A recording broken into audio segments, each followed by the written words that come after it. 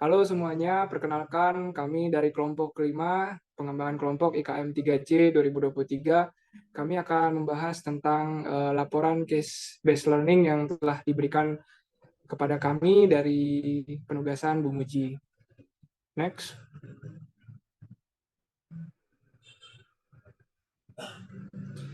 Kami beranggotakan 8 orang. Saya Valdi Deva Putra dengan NIM 191221061.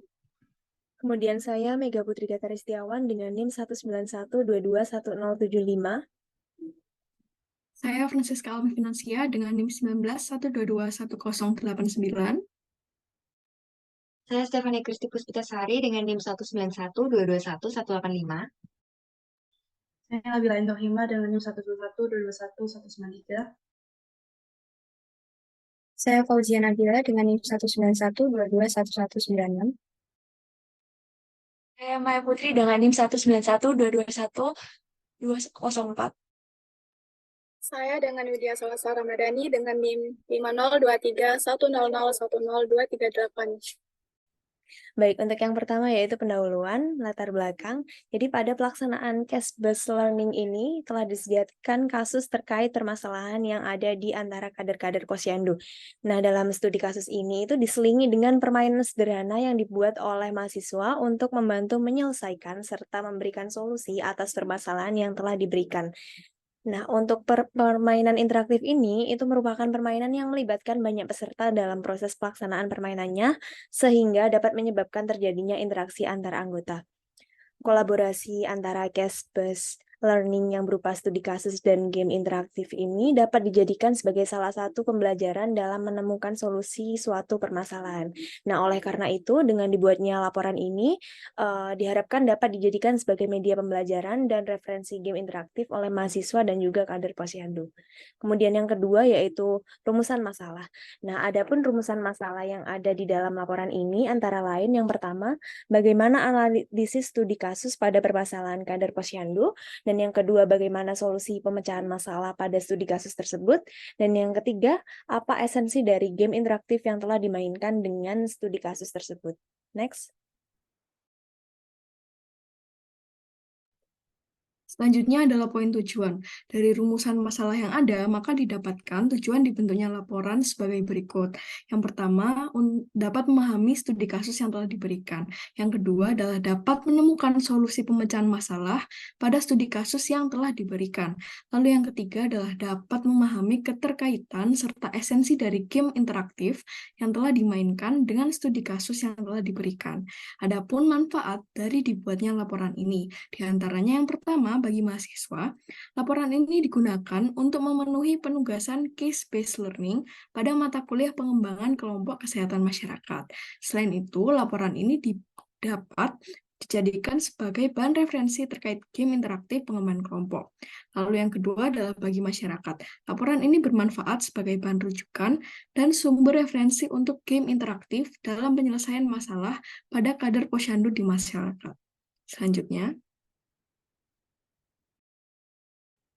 Oke, baik. Jadi untuk penjelasan selanjutnya itu adalah analisis studi kasus dari kasus B ini sendiri. Jadi dalam poin ini kita akan membedah secara tuntas mengapa kasus ini dapat terjadi. Nah, terdapat 5 faktor penyebab terjadinya kasus B, yaitu yang pertama adalah faktor ketidakhadiran kader. Nah, faktor utama penurunan target program sendiri ini adalah ketidakhadiran dari beberapa kader ini sendiri. Nah, alasan utamanya itu meliputi kesibukan pekerjaan dan juga tanggung jawab dari masing-masing kader tersebut. Kedua, perbedaan karakteristik dari kader. Nah, perbedaan karakteristik dari kader ini sendiri seperti usia, pendidikan, dan pengalaman yang dapat mempengaruhi kriteria kinerja dari kelompok sendiri. Beberapa kader tampak mendominasi, sementara kader lain tampak kurang aktif. Lalu yang ketiga adalah kesibukan pekerjaan dan juga keluarga. Nah, kesibukan pekerjaan dan juga keluarga sendiri menjadi alasan umum ketidakhadiran dari beberapa kader. Nah, Ibu C bahkan membawa cucunya saat bekerja. Nah, hal ini itu menunjukkan kesulitan dalam menyeimbangkan peran sebagai kader dan juga keluarga. Lalu yang keempat ada pelatihan yang beragam. Nah, perbedaan dalam jumlah dan jenis pelatihan yang diterima oleh kader dapat mempengaruhi tingkat persiapan dan juga pemahaman mereka terhadap tugas yang telah diberikan. Lalu yang terakhir adalah tingkat kesibukan. Nah, kesibukan kader sendiri karena pekerjaan dan juga keluarga menjadi penghalang utama dari kader-kader tersebut tidak dapat menghadiri kegiatan yang ada. Nah, Ibu C itu bahkan juga menyatakan bahwa membawa cucunya saat bekerja dan menunjukkan kesulitan dalam menyeimbangkan peran sebagai kader dan juga perannya dalam keluarga. Boleh di next.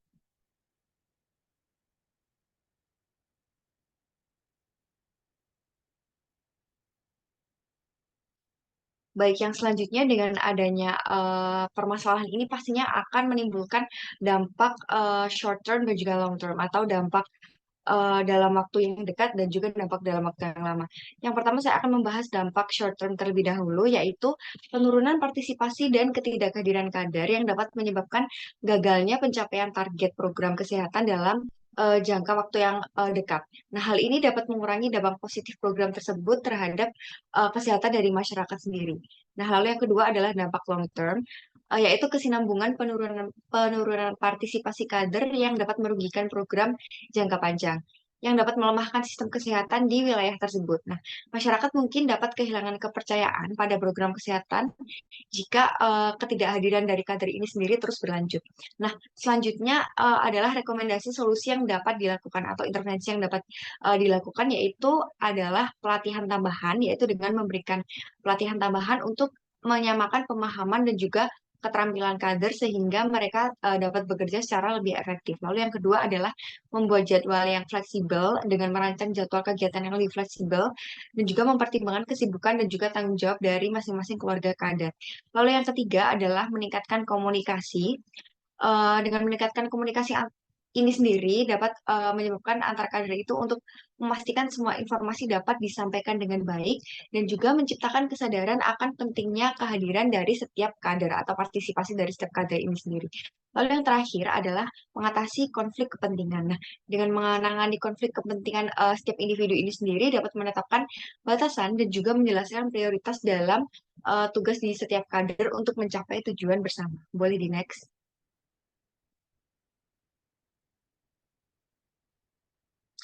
Baik, selanjutnya kaitan kasus ini dengan materi konflik kepentingan dalam kelompok dan juga materi terbentuknya komitmen. Yang pertama, saya akan membahas kaitan dengan materi konflik kepentingan dalam kelompok. Nah, konflik kepentingan dalam kelompok ini sendiri timbul ketika anggota kelompok ini memiliki tujuan atau kepentingan yang berbeda di setiap masing-masing individu, yang dapat memunculkan ketegangan atau bahkan perselisihan di dalam kelompok.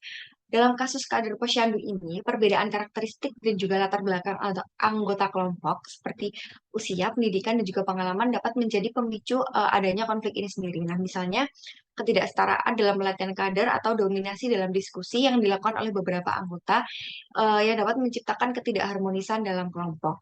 Lalu yang selanjutnya adalah terbentuknya komitmen. Kaitan masalah ini dengan materi terbentuknya komitmen. Nah, terbentuknya komitmen dalam kelompok ini sendiri menjadi kunci dalam mengatasi konflik kepentingan kelompok. Nah, komitmen dapat dibangun melalui komunikasi yang baik antara anggota kelompok, membuka ruang bagi semua anggota untuk menyampaikan pandangan atau kebutuhan mereka, dan selain itu juga pelibatan anggota dalam pengambilan keputusan termasuk menetapkan jadwal kegiatan yang mempertimbangkan kesibukan masing-masing dapat meningkatkan sense of belonging atau rasa kepemilikan dan juga tanggung jawab terhadap tujuan bersama. Boleh di next.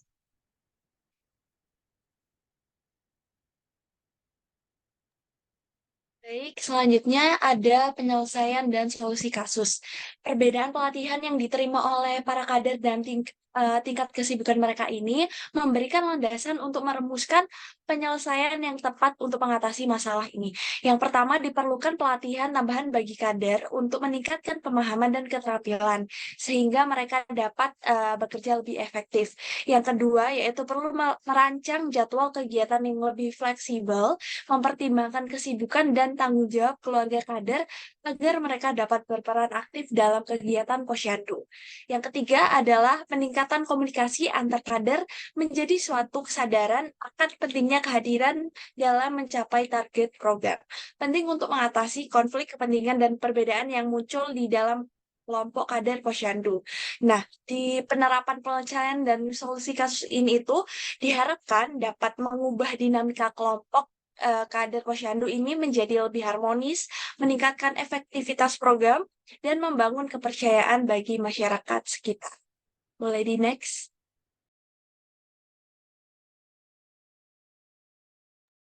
Baik, selanjutnya yaitu mengenai esensi dari game sederhana.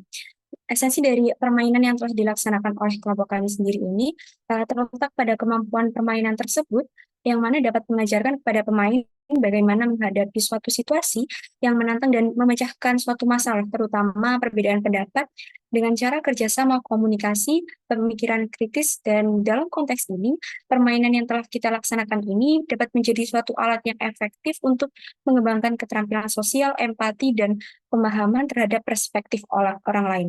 Selain itu, permainan yang dirancang dengan baik dapat menciptakan suatu lingkungan yang aman dan mendukung di mana pemain dapat berlatih mengatasi perbedaan pendapat dan mencari solusi yang saling menguntungkan, tanpa takut akan konsekuensi negatif yang mungkin timbul dalam situasi kehidupan nyata. Dengan demikian, permainan yang berkaitan dengan penyelesaian konflik dan perbedaan pendapat ini dapat membantu individu untuk mengembangkan keterampilan yang diperlukan untuk menghadapi dan menyelesaikan konflik dalam kehidupan sehari-hari. Next. Selanjutnya kita akan mempelajari bagaimana uraian aplikasi games yang tadi sudah dipaparkan. Kita membutuhkan perlengkapan berupa sebuah bola kecil, kita butuh tali rafia, terus gelas dengan pemberat di dalamnya. Cara bermainnya, yang pertama adalah peserta permainan berjumlah genap 8 orang. Setiap pasangan peserta berdiri melingkar dan berhadap-hadapan. Masing-masing peserta akan memegang ujung tali rafia yang telah disediakan. Panitia akan meletakkan bola di atas tali rafia yang telah dipegang oleh peserta. Bola yang sudah diletakkan, panitia akan dibawa oleh peserta menuju gelas yang disediakan. Jika jatuh, maka mengulang dari start. Peraturannya, peserta boleh menggunakan 2 tangan. Selanjutnya, peserta tidak boleh memegang bola selama permainan berlangsung. Yang ketiga, peserta tidak boleh memindahkan posisi gelas. Yang terakhir, peserta dipersilakan untuk menggunakan strategi apapun, bisa dalam posisi berdiri atau duduk, dan yang lainnya. Baik, adapun kesimpulannya yaitu case-based learning merupakan pendekatan pembelajaran yang membentuk keaktifan peserta, di mana dalam pembelajaran ini dihadirkan masalah-masalah dalam pembelajaran berbasis kasus. Case-based learning ini disediakan kasus terkait permasalahan yang ada di antara kader-kader posyandu. Studi kasus ini diselingi dengan permainan sederhana yang dibuat oleh mahasiswa untuk membantu menyelesaikan serta memberikan solusi atas permasalahan yang telah diberikan. Adapun penyelesaian tepat untuk mengatasi masalah ini yang pertama, diperlukan pelatihan tambahan bagi kader untuk meningkatkan pemahaman dan keterampilan, sehingga mereka dapat bekerja lebih efektif. Kemudian yang kedua, perlu merancang jadwal kegiatan yang lebih fleksibel, mempertimbangkan kesibukan dan juga tanggung jawab keluarga bagi kader, agar mereka dapat berperan aktif dalam kegiatan posyandu. Kemudian yang terakhir, yang ketiga, peningkatan komunikasi antar kader menjadi suatu keharusan untuk memastikan semua informasi disampaikan dengan baik, serta menciptakan kesadaran akan pentingnya kehadiran dalam mencapai target program.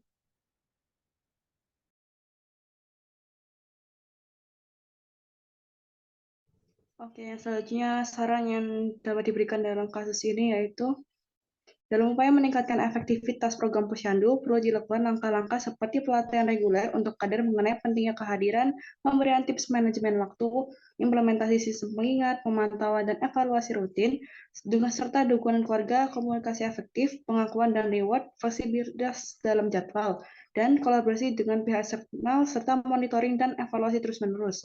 Dan pendekatan ini diharapkan dapat mengatasi faktor ketidakhadiran kader yang disebabkan oleh kesibukan pekerjaan dan tugas rumah tangga, serta meningkatkan partisipasi warga dan ibu hamil dalam kegiatan posyandu.